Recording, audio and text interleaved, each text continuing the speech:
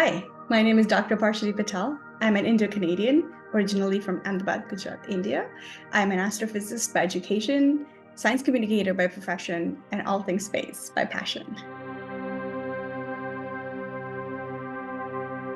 During my graduate studies, I was studying how disks around massive stars form and dissipate over a period of time, and how it impacts the formation of these massive stars. Massive stars are really interesting. These are stars that are way more massive, 9, 10 times more massive than our sun, and they form behind a thick wall of dust and cloud, which eventually forms these disks.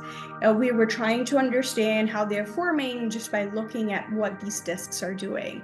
We were able to study them utilizing observations from telescopes such as the Canada-Franz-White telescope, and also utilize models to create the star and the disk in a computer, and then compare the data from the model to the observations to understand what is exactly happening close to the surface of the star and in these disks.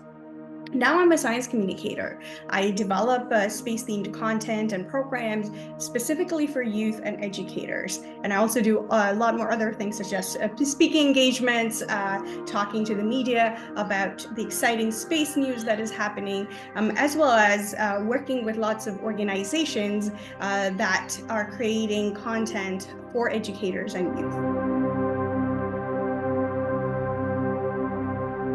My first memory of being introduced to astronomy was actually during a visit to a planetarium in another city, just a touristy thing that we were doing with the family. It was the first time when I saw what the night sky actually holds, beyond what we see with our bare eyes, beyond the stars and the sun and the moon that we see. And I just was very intrigued on how complex the universe is and how much we don't know about the universe. I ended up reading lots and lots of books. This was time before the internet era, so I really heavily relied on books for my knowledge about the universe. It wasn't until a gift of a telescope that I ended up deciding that this is what I want to do with my life. The first time I was able to set up my telescope, look at the moon, the craters on the moon, the rings of Saturn and Jupiter with my own telescope, I knew that this is really exciting. I want to solve the mysteries of the universe, and that's how I got interested and kind of stayed with it, and ended up doing a bachelor's, master's, and a PhD and trying to understand how stars form.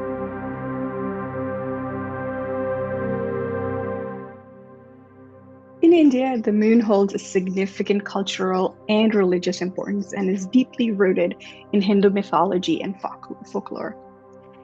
Moon is commonly known as Chanda Mama. Chandra is the word that is commonly used for the moon. Mama means mother's brother. And so you will often hear people saying Chanda Mama is in the night sky. The Hindu calendar system not only takes in account the motion of the Earth around the sun, but also the motion of the moon. While the Gregorian calendar, as you may know, is based on just the motion of Earth around the sun. Chandamama is a constant presence in the sky and culturally pops up in people's names and rituals, as well as by artists in songs, poems, stories, paintings, and sculpture. The moon is often also represented in temple carvings, and there are even moon temples or Chandra temples in India.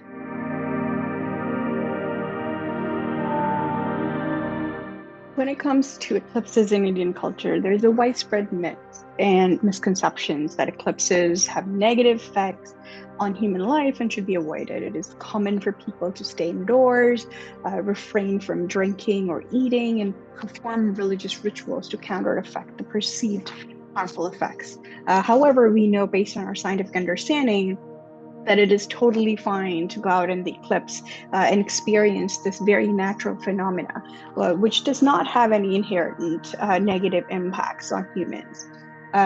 You just have to make sure that if you're going to observe the eclipse, that you are wearing certified glasses or using certified solar filter on your telescope or binoculars, or using some of the other easier to view apparatus when observing the eclipse. It also is okay to eat and drink during that time. There's no special precautions that are needed. The scientists and science communicators from the Indian space community are working towards fostering more of an informed and rational approach to eclipses amongst the masses.